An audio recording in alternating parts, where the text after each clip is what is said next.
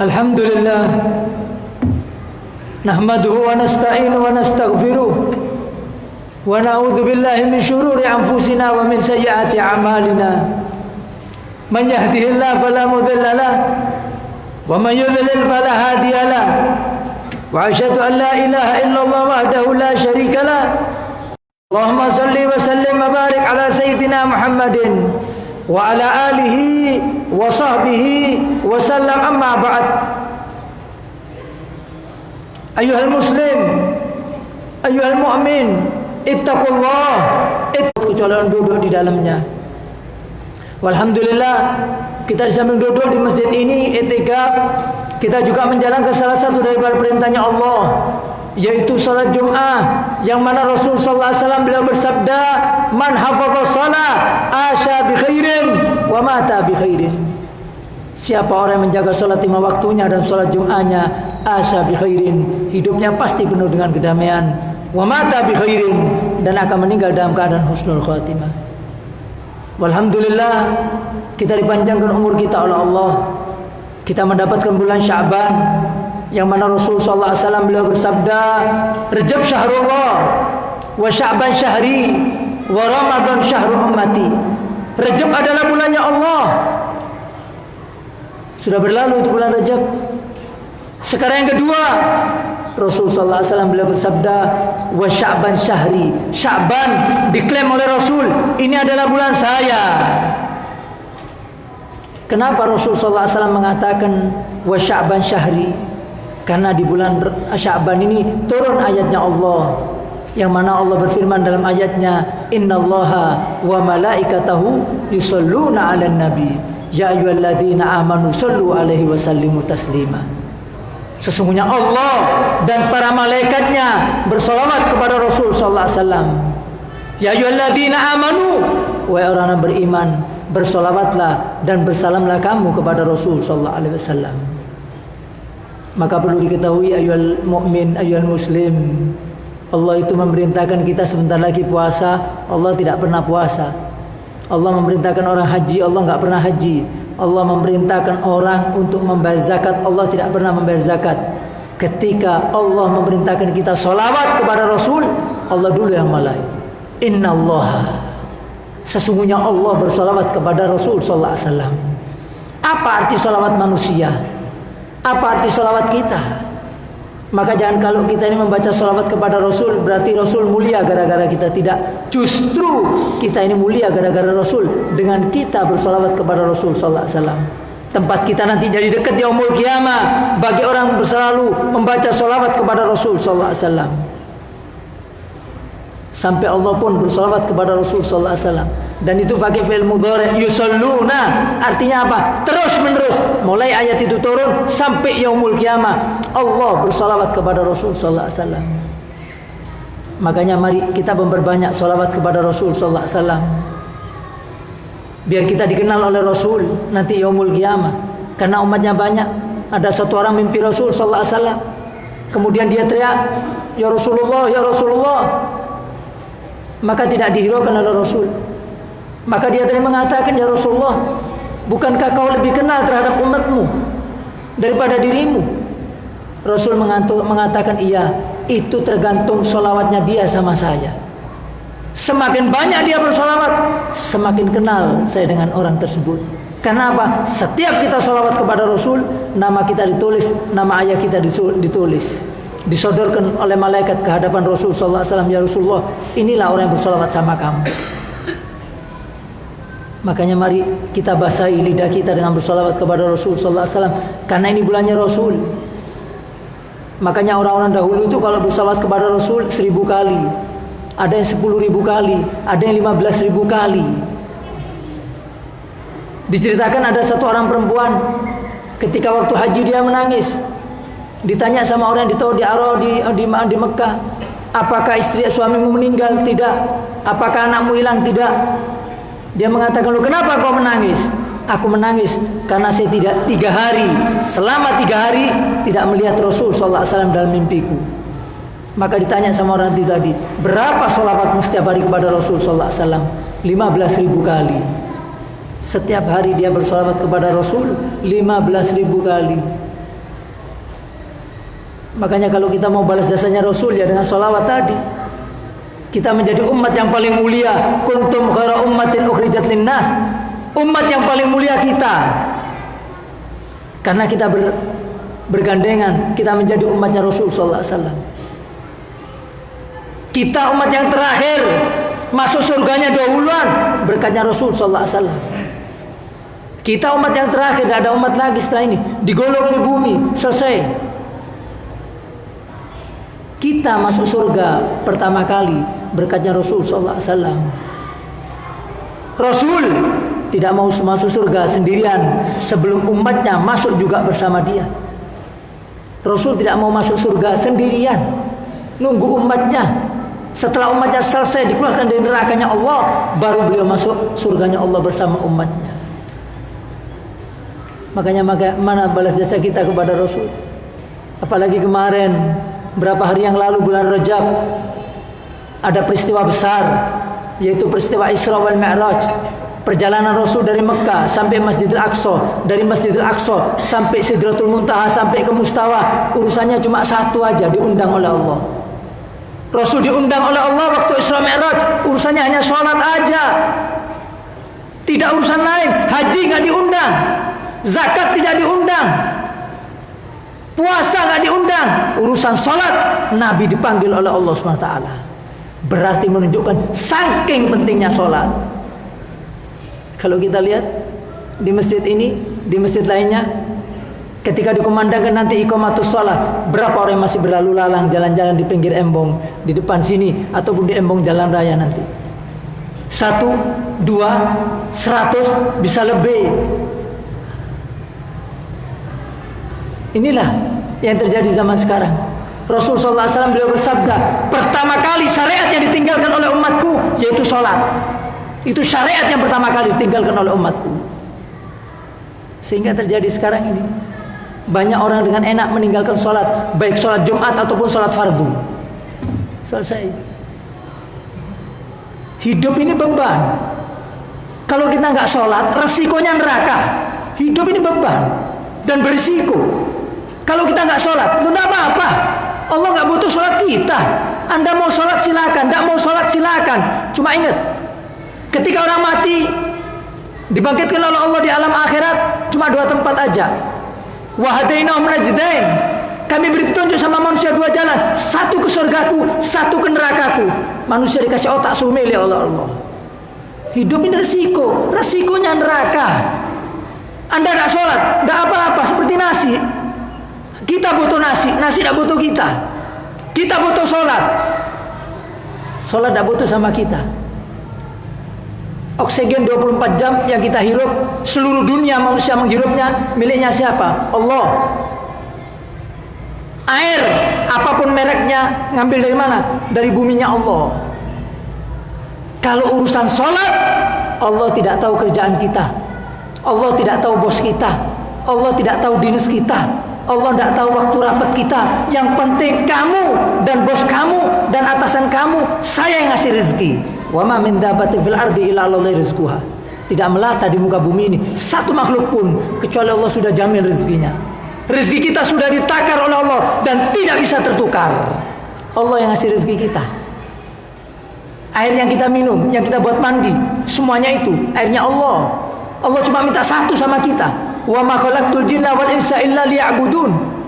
Aku tidak ciptakan jin dan manusia kecuali untuk ibadah sama saya. Makanan dikasih, yaitu tanaman pari, kita bisa makan. Dari 1 biji bertumbuh berapa ribu biji, kita bisa memakannya. 1 biji gandum tumbuh berapa ribu gandum, bisa kita buat roti. Air dari buminya Allah. Kita dikasih tempat, dikasih makan, dikasih minum, dikasih nikmat. Allah cuma minta satu, sholat. Berapa kita meninggalkan sholat? Sehingga orang sekarang pontang-panting cari duit, nggak barokah duitnya. Gaji 1 bulan dimakan seminggu kadang nggak cukup, karena di situ ada orang meninggalkan sholat, sehingga tidak tumbuh keberkahan oleh Allah. Tidak dirahmati rahmatnya rumahnya, tidak diberkahi oleh Allah. Al-Quran tidak dibaca di rumah tersebut. Seorang ulama mengatakan apabila di rumah kita dibacakan Al-Quran, maka Allah akan memberikan rezeki kepada rumah tersebut berlimpah ruah. Tinggal kita mikir, kita pegang HP sama pegang Al-Quran lebih banyak mana? Kita mata kita menonton HP sama nonton Al-Quran lebih banyak mana? Mulut kita berapa juta sudah kalimat yang sudah keluar? Berapa kali kita membaca Al-Quran? Makanya Al-Quran nanti ngadu sama Allah, ya Rabb, kau taruh saya di bumi percuma, manusia gak ada baca saya, mending saya balik aja sama kamu. Maka diambil oleh Allah, sudah kalau gitu kamu balik. Ketika Quran balik, manusia pada geruduk, banyak masuk masjid ngambil Al-Quran, dibaca Al-Quran sudah ada tulisannya. Zaman itu sudah tambah ruwet. Makanya pompong masih ada Al-Quran bisa kita baca, mari kita baca. Ma nunazzilu minal Quran ma huwa syifaa'un wa rahmah. Tidak kami turunkan Al-Quran kecuali syifa, obat bagi penyakit zahir dan batin. Support baca Quran. Penyakit zahir dan batin. Warahmah. Dan orang yang selalu membaca Al-Quran selalu dirahmati oleh Allah. Apalagi ini bulan Sya'ban, bulan waktu kita membaca Al-Quran. Karena bulan Sya'ban ngadu sama Allah, ya Rabb, aku diapit dengan 2 bulan yang mulia, 1 Rejab, 1 Ramadan. Apa bagian saya dari kamu? Maka Allah mengatakan, saya jadikan kamu syahrul qurra, bulan supaya orang memperbanyak membaca Al-Quran di bulan ini, di samping membaca sholawat kepada Rasul sallallahu alaihi wasallam. Makanya hidup, lihat umur kita, lihat waktu itu begitu cepatnya diputar sama Allah. Allah jadikan kalau sudah akhir zaman seperti ini, 1 tahun Allah jadikan seperti 1 bulan, 1 bulan Allah jadikan seperti 1 minggu, 1 minggu Allah jadikan seperti 1 hari, 1 hari Allah jadikan seperti 1 jam, 1 jam seperti orang, seperti daun yang terbakar. Begitu cepatnya ini waktu. Minggu ketemu minggu, bulan ketemu bulan, cepat. Karena apa? Ini sudah menunjukkan akhir zaman. Makanya mari kita memperbaiki diri kita. Mari kita capek di dunia, jangan capek di alam barzah, jangan capek di alam akhirat. Mending kita capek di dunia, karena hidup dibatasi oleh Allah. Hasadu ummati ma baina sittin wa sab'in. Rasul bersabda, umurnya umatku tidak lebih 60 sampai 70 tahun. Selesai. Jarang yang lebih daripada itu. Rasul meninggal 63 tahun. Hidup ini dijatah. Rambut putih sudah alamat, sudah lampu kuning. Sebentar lagi kita akan pulang ke alam barzah. Mau atau tidak mau? Karena Allah sudah berjanji dalam ayatnya, kullu nafsin dha'iqatul maut. Setiap manusia yang bernyawa pasti akan merasakan kematian. Karena nasihat ada yang 2. Nasihat itu ada 2. Ada nasihat yang berbicara Al-Quran. Itu nasihat Al-Quran itu yang berbicara, kullu nafsin dha'iqatul maut. Setiap manusia pasti akan merasakan kematian. Yang kedua, nasihat yang tidak berbicara paling ampuh. Ketika kita melihat keluarga kita, famili kita, tetangga kita, teman kita pulang ke rahmatullah, meninggal dunia. Nasihat yang paling ampuh. Setinggi apapun jabatan manusia, pasti dia meninggal. Sekaya apapun manusia, pasti dia akan meninggal. Semiskin apapun manusia, dia pasti meninggal. Sepinter apapun itu manusia, pasti dia meninggal. Sebodoh apapun itu manusia, pasti ujung-ujungnya dia meninggal dunia. Makanya mari kita persiapkan, karena hidup ini bukan di dunia aja. Masih ada 2 kehidupan yang kita harus alami, yaitu kehidupan alam barzah dan kehidupan alam akhirat. Yang orang dibiarkan oleh Allah. Matahari sejengkal, Allah biarkan manusia nanti berdiri di alam akhirat 40 tahun dibiarkan oleh Allah berdiri. Ketika ditiup sangkakala, manusia dibiarkan oleh Allah berdiri 40 tahun. Matahari 1 jengkal, tanpa memakai 1 lapis kain di tubuh kita. Allah biarkan 40 tahun. 1 hari di akhirat 1000 tahun di dunia. Berarti 40.000 tahun dibiarkan manusia berdiri aja, tanpa boleh duduk, tanpa boleh bergerak, dengan panas yang begitu panas. Makanya mari kita memikirkan kehidupan yang sesaat ini. Kita memikirkan bahwa ada kehidupan yang lebih kekal. Mari kita capek di dunia, capek dengan ibadah, capek dengan membaca sholawat, capek dengan mengaji Al-Quran, capek duduk di pengajian. Lihat minggu di sini ada hataman Quran. Mari kita hadir. Tidak cukup kita duduk-duduk di embong. Tidak cukup kita ngobrol. Di tempat ini ada hataman Al-Quran. Anda tidak bisa ngaji, duduk, dengarkan, sama ganjarannya. Di tempat ini ada pengajian habis maghrib, duduk 40 menit antara maghrib dengan isya, duduk buat duduk di pengajian. Tidak cukup kita habiskan waktu kita sia-sia.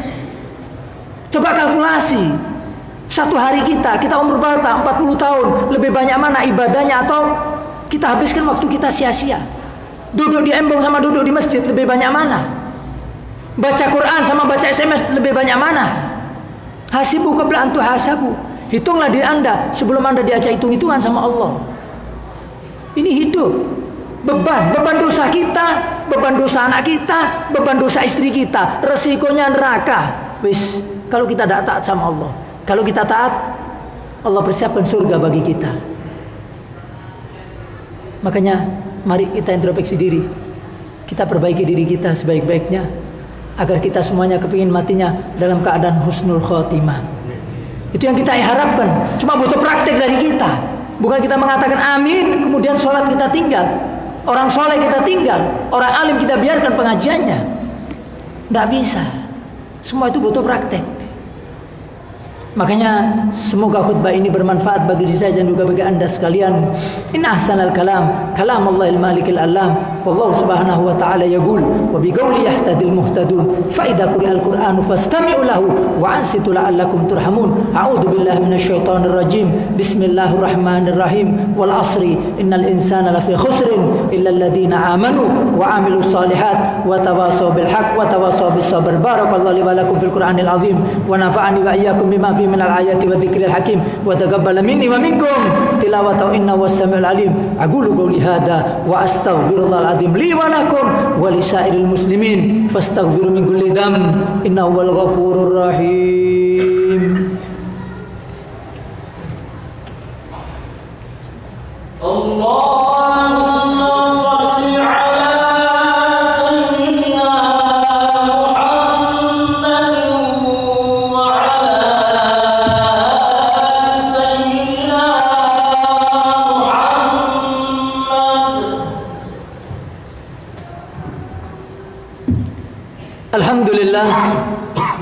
Alhamdulillah hamdan kama amar wa asyhadu an la ilaha illallah wahdahu la syarika lah irghaman liman jahada bihi wa kafar wa asyhadu anna sayyidina Muhammadan abduhu wa rasuluh sayyidul khalaiqi wal bashar. Allahumma salli wa sallim wa barik ala sayyidina Muhammadin mattasalat aynun binadhar wa udhunun bi khabar. Amma ba'd, fa ya ma'asyiral muslimin ittaqullah ta'ala wa darul fawahisha ma dhahara minha wa ma batan wa hafidhu ala salati wa hafidhu ala taatillah ala salatil jum'ah wal jamaah wa alamu anna Allah amarakum bi amrin bada bih min nafsi wa thanna bi malaikati qudsi fa qala ta'ala wa lam yazal qailan alima innallaha wa malaikatahu yusholluna 'alan nabi ya ayyuhalladzina amanu shallu 'alaihi wa sallimu taslima. Allahumma shalli wa sallim wa barik ala sayyidina Muhammadin wa ala ali sayyidina Muhammad. Allahumma warḍ 'anil khulafa'ir rasyidin alladzina qadaw bil haqq wa kanu bi'adilun sadatina Abi Bakar wa Umar wa Utsman wa Ali wa an sa'iri ashabi nabiyyika ajmain wa anit tabi'ina wa man tabi'ahum bi ihsanin ila yaumiddin. Allahumma a'izzal islam wal muslimin wa ali kalimataka ila yaumiddin. Allahumma ansur man nasaraddin, Allahumma ansur man nasaraddin wa akhdhul man khadala al islam wal muslimin. Allahumma aminna fi durina wa aslih ulata umurina waj'al Allahumma wilayatana fi man khafaka wattaqak. Allahumma adfa'na al ghala wal waba wal riba wal zina wal zalazil wal mihan wa su'il fitan wal corona min hadal bilad khassa wa sa'ir biladil muslimin 'ama ya rabbal alamin. Allahumma ighfir lil muslimina wal muslimat wal mu'minina wal mu'minat al ahya'i minhum wal amwat bi rahmatika ya arhamar rahimin. Ma'asyiral muslimin, innallaha ya'muru bil adli wal ihsan wa ita'i dzil qurba wa yanha 'anil fahsya'i wal munkari wal baghi ya'idukum la'allakum tadhakkarun. Fadhkurullahal 'azim yadhkurukum washkuru 'ala ni'amihi yazidkum was'alu min fadli yu'tikum wa la dzikrullahi akbar.